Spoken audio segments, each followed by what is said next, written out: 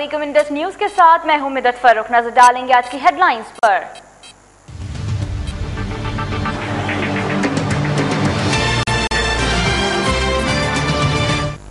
Supreme court में हज corruption case की समाअत हुसैन असगर आज भी पेश न हुए। चीफ जस्टिस कहते हैं सारा सर्विस स्ट्रक्चर मुतासिर हो रहा है। वजीर आजम राजा परवेज अशरफ ने कहा है कि मुल्क भर में यकसा लोड शेडिंग की जाए। तवानाई के बहरान का हल हुकूमत की अव्वलीन तरजीह है। मसीहा बन गए मौत के फरिश्ते। यंग डॉक्टर की हड़ताल 13वीं रोज में दाखिल। मरीज बेहाल। पंजाब हुकूमत का हड़ताल। डॉक्टर के खिलाफ सख्त एक्शन का फैसला। शहर काई मुसलसल कशीदगी की लपेट में। फायरिंग और पुरतशद्दुद वाकयात में सियासी कारकुन समेत मजीद 5 अफराद जान बहक। खौफ की सजा बरकरार। हक्कानी नेटवर्क को दहशतगर्द तंजीम करार देने का बिल अमरीकी कांग्रेस में पेश कर दिया गया।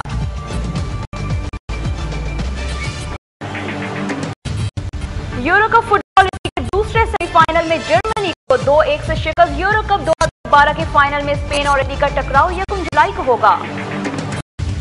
और फेरे होंगे या निकाह, ये तो शादी के दिन ही पता चलेगा। सैफ और करीना की शादी की तैयारियां उरूज पर। करीना को शादी के लिए मजहब बदलने की जरूरत नहीं। सैफ अली खान।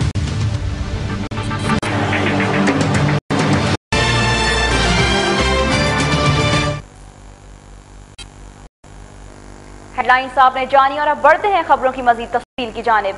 सुप्रीम कोर्ट में हज करप्शन केस की समाअत हुसैन असगर आज भी अदालत में पेश न हुए। चीफ जस्टिस ने ज्वाइंट सेक्रेटरी को कहा है कि सारा सर्विस स्ट्रक्चर मुतासर हो रहा है। हुसैन असगर ना आया तो आपको ही मसला होगा। अदालत को कोई फर्क नहीं पड़ता। जबकि सेक्रेटरी एस्टेब्लिशमेंट डिवीजन ने कहा है कि आईजी गिलगित बल्तिस्तान ने अहकामात के खिलाफ वर्जी की है। उनका कहना था कि हुसैन असगर के खिलाफ तहकीकात के लिए मुजाज अफसर मुकर्रर करने की समरी भेजी है।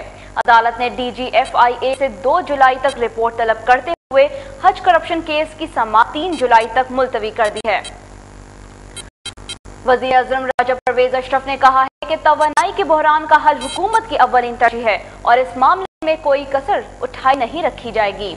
इस्लामाबाद में नेशनल पावर कंट्रोल सेंटर में वापडा हुक्काम की तरफ से ब्रीफिंग के बाद मीडिया से गुफ्तगू करते हुए उन्होंने हिदायत दी कि मुल्क भर में यकसा लोड शेडिंग की जाए और किसी इलाके से इम्तियाजी सलूक नहीं किया जाएगा।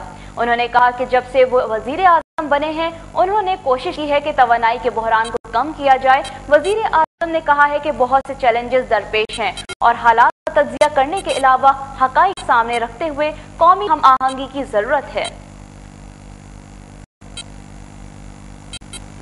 बात करते हैं लाहौर में डॉक्टर्स के हवाले से। लाहौर में यंग डॉक्टर की हड़ताल 13वीं रोज में दाखिल हो गई है, जिससे मरीजों को सख्त मुश्किलात का सामना करना पड़ रहा है। पंजाब हुकूमत ने हड़ताल डॉक्टर्स के खिलाफ सख्त एक्शन का फैसला कर लिया है। गैर हाजिरी पर 1 साल कैद होगी का नोटिफिकेशन जारी कर दिया गया। पंजाब हुकूमत ने डॉक्टर्स की सर्विस को लाजमी करार देते हुए उन्हें ड्यूटी पर हाजिर रहने की हिदायत की है। हुकूमती नोटिफिकेशन के मुताबिक पुलिस और दीगर अवामी सर्विस के इदारों की तरह अब डॉक्टरों की सर्विस और हाजिरी का शुमार भी लाजमी सर्विसेज में होगा और रूल्स की खिलाफ वर्जी पर लाजमी सर्विसेज रूल्स के तहत कार्रवाई की जाएगी।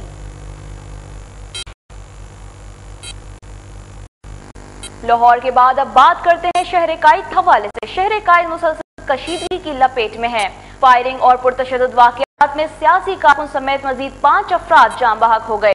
जबकि डालमिया में पुलिस ऑपरेशन के दौरान गैंग वॉर का अहम मुल्जिम मारा गया। DIG शाहिद हया के मुताबिक मुल्जिम टारगेट किलिंग, भत्ताखोरी समेत संगीन जराइम की वारदातों में पुलिस को मतलूब था। कराची में पुलिस के टारगेट किलिंग के खात्मे के दावों के बावजूद फायरिंग से हलाकतों का सिलसिला जारी है। जवेली सेमा के करीब फायरिंग से सियासी जमात कारकुन हबीब जान बहक हो गया।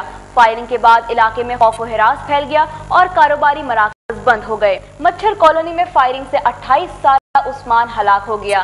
पुलिस हुक्काम के मुताबिक 24 घंटों के दौरान शहर के मुख्तलिफ इलाकों में 46 मुल्जिमान को गिरफ्तार करके असला बरामद कर लिया गया है। खैबर एजेंसी की तहसील बाड़ा से 6 लाशें मिली हैं जिनकी शनाख्त नहीं हो सकी। सरकारी जराये मुताबिक तहसील बाड़ा के इलाके कारीगर गढ़ी में से 6 लाशें मिली हैं। ऐनी शाहिदीन के मुताबिक नामालूम अफराद लाशें रात गए फेंक कर फरार हो गए, जबकि मकतूल अफराद के ताल्लुक शिद्दत पसंदों से बताया जाता है। सिक्योरिटी फोर्सेस ने इलाके को घेरे में लेकर वाकई की तहकीकात शुरू कर दी है।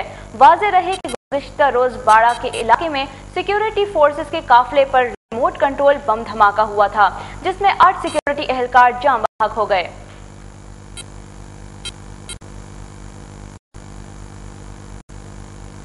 बात करते हैं अब कोयटा के हवाले से। कोयटा में जायरीन की बस पर हमले में 14 अफराद की हलाकत के खिलाफ शहर भर में शटर डाउन हड़ताल की जा रही है। सड़कों पर ट्रैफिक न होने के बराबर है। गुज़िश्ता रोज कोयटा के इलाके हजारगंजी में बम धमाके से पुलिस एहलकार और खातून समेत 14 अफराद जान बहक और 30 से ज्यादा जख्मी हो गए। शहरी हलकों के नजदीक जायरीन की बसों पर हमले फिरका वाराना तनाजात उभारने के नापाक कोशिश है।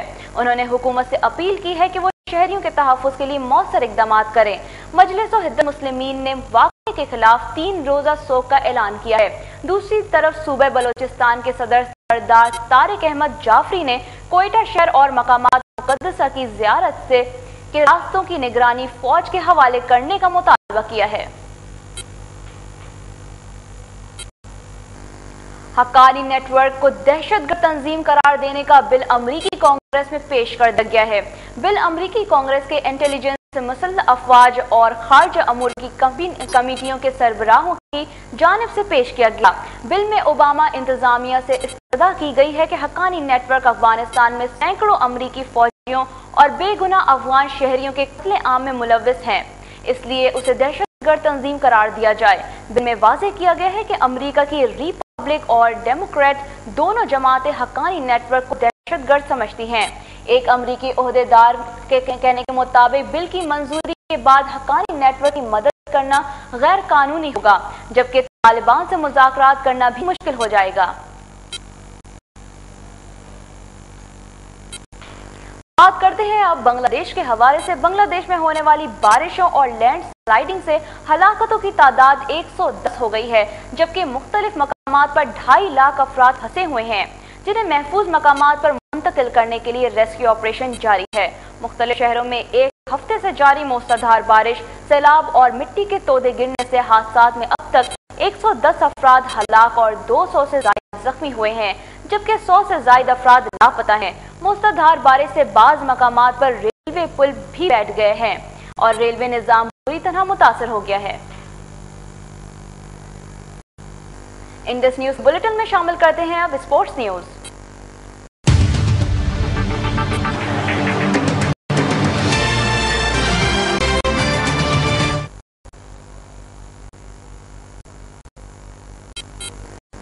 यूरो कप फुटबॉल 2012 के दूसरे सेमीफाइनल में इटली ने जर्मनी को 2-1 से शिकस्त देकर फाइनल खेलने का एजाज हासिल कर लिया। जर्मनी की मजबूत टीम को जेर करने के लिए इटालियन स्ट्राइकर के 2 गोल काफी रहे। आम ख्याल था कि जर्मन टीम का तजुर्बा इटालियन टीम को नाको चने चबवा देगा, लेकिन ऐसा कुछ भी नहीं हुआ। खेल बड़ी तेजी के साथ शुरू हुआ। दोनों टीमें जोश से भरपूर लग रही थी, मगर पहले ही हाफ में 20वां मिनट जर्मन शायकीन पर बिजली बनकर गिरा, जबकि इटली के ब्लू टेली ने पहला गोल किया। दूसरा धक्का 36वें मिनट में लगा और मैदान इटालियन मद्दाहों के नारों से गूंज उठा, जबकि जर्मनी ने मैच इख्तिताम से 2 मिनट कबल पहला गोल किया। यूरो कप 2012 के फाइनल में इटली का टकराव स्पेन से 1 जुलाई को होगा।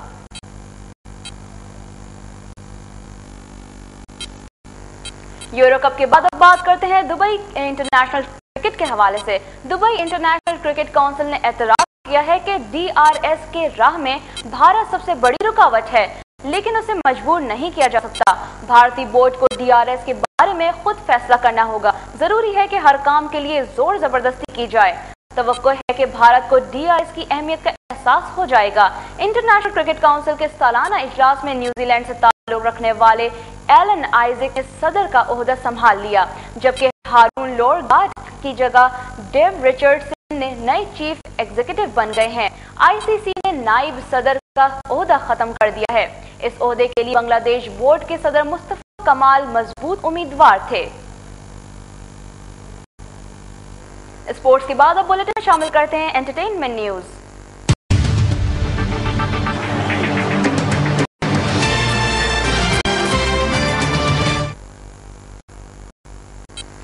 बॉलीवुड सुपरस्टार सैफ अली खान और करीना कपूर की शादी उरूज पर है। फेरे होंगे या निकाह ये तो शादी के दिन ही पता चलेगा। सैफ अली खान कहते हैं करीना कपूर को शादी के लिए मजहब बदलने की जरूरत नहीं। बकौल सैफ अली खान के उन्होंने करीना कपूर को बहैसियत इंसान कबूल करने का फैसला किया है। मजहब बदलना उनकी ख्वाहिशात में शामिल नहीं।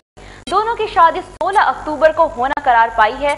सैफ और करीना दोनों ही इस मामले में खासे मोहतात हैं और मीडिया के सामने कोई भी बयान देने से गुरेज कर रहे हैं। मगर सैफ की मम्मी इस बारे में इतनी पुरजोश हैं कि उन्होंने शादी की तैयारियां भी शुरू कर दी हैं। शर्मिला टैगोर ने ही मीडिया को बताया है कि शादी के रोज करीना पेटोवी खानदान की रिवायात के मुताबिक वो शरारा जेबतन करेंगी जो सैफ की मम्मी यानी शर्मिला टैगोर ने अपनी शादी पर पहना था। बॉलीवुड के बाद बात करते हैं पाकिस्तानी अदाकारा वीना मलिक की। पाकिस्तानी अदाकारा वीना मलिक की भारत में आज पहली फिल्म दाल में कुछ काला है रिलीज हो रही है। वीना मलिक भारत के निचले दर्जे की बनने वाली फिल्मों में आजकल बेहद मसरूफ हैं। इससे पहले वीना मलिक की फिल्म गली गली चोर है का आइटम सॉन्ग भी खबरों की जीनत बना रहा। आज उनकी पहली भारतीय फिल्म दाल में कुछ काला है नुमाइश के लिए पेश की जा रही है। हिदायतकार आनंद बिलराज की इस फिल्म की कास्ट में वीना मलिक के अलावा जैकी श्रॉफ, शक्ति कपूर और राधा चौधरी समेत मुतादिद अदाकार शामिल हैं। फिल्म में वीना मलिक का डबल किरदार दिखाया गया है। फिल्म के मुतादिद गाने भी वीना मलिक पर फिल्माए गए हैं। इंडस न्यूज में फिलहाल इतना ही। मैं हूं मिदर फर्रुख। देखते रहिए इंडस न्यूज।